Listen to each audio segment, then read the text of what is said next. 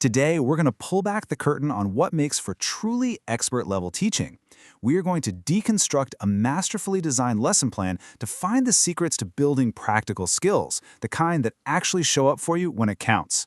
Let's get right into it. You know that feeling, right?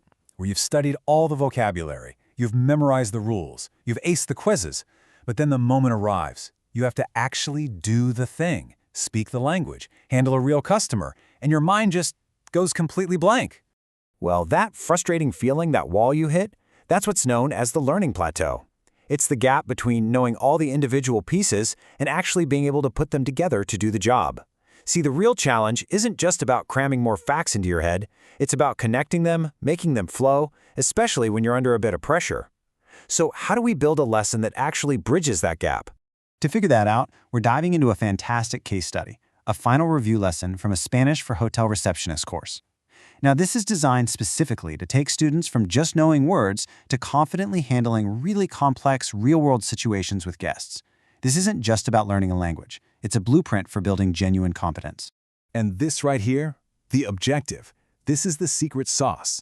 The goal isn't just to review a bunch of isolated facts. No, it's to create a practical final review, one that uses these long, realistic simulations to literally force the learner to connect all the different skills they've learned, from checking someone in to handling a complaint, all in one smooth, continuous flow. So how does the lesson pull this off? It uses this really powerful three-part learning loop.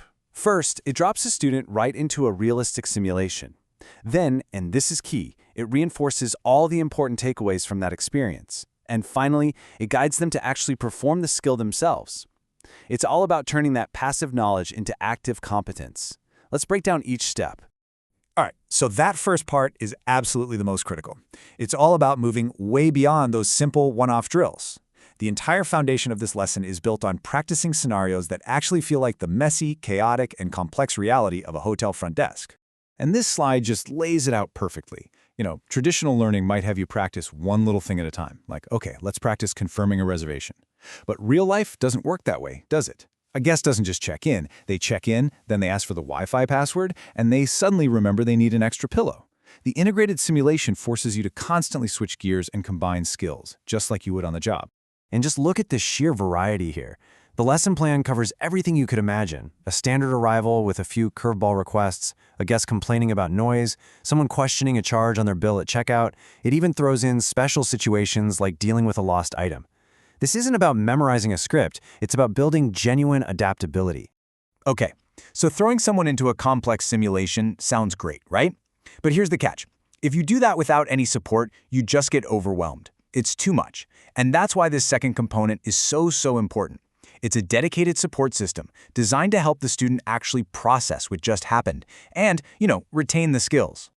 The first part of that support system is a summary of the key phrases, or frases clave. But it's not just a vocabulary list. The lesson explains the professional context, the why behind each phrase.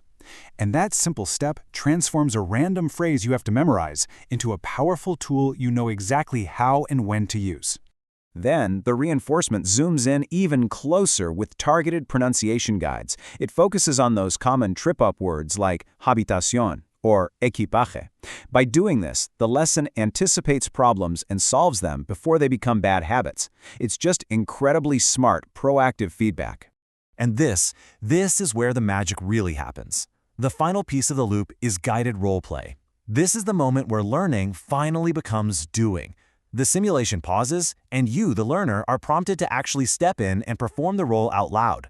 That simple act is what closes the gap between knowing something and being able to do it. It turns you from a passive watcher into an active participant. And just look at the kinds of phrases they chose. These aren't just random words. They are versatile tools.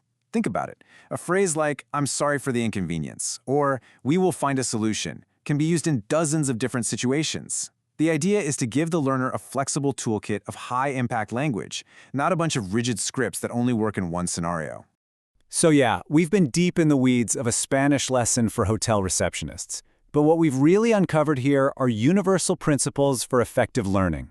This structure is a blueprint that you could use to get good at almost any practical skill, whether it's public speaking or even something like surgery.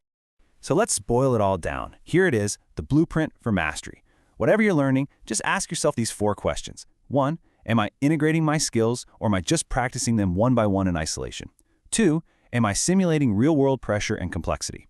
3. Do I have a system for reinforcement and getting clear feedback? And 4, probably the most important one, am I actually performing the skill, or am I just watching others do it? This is the path from just knowing things to being truly competent. When you think about it, this framework is incredibly powerful. It's why flight simulators work for pilots. It's why mock trials work for lawyers. So the real question I want to leave you with is this. What's the next skill you want to master? And how could you use this blueprint of simulation, reinforcement, and performance to finally break through your own learning plateau?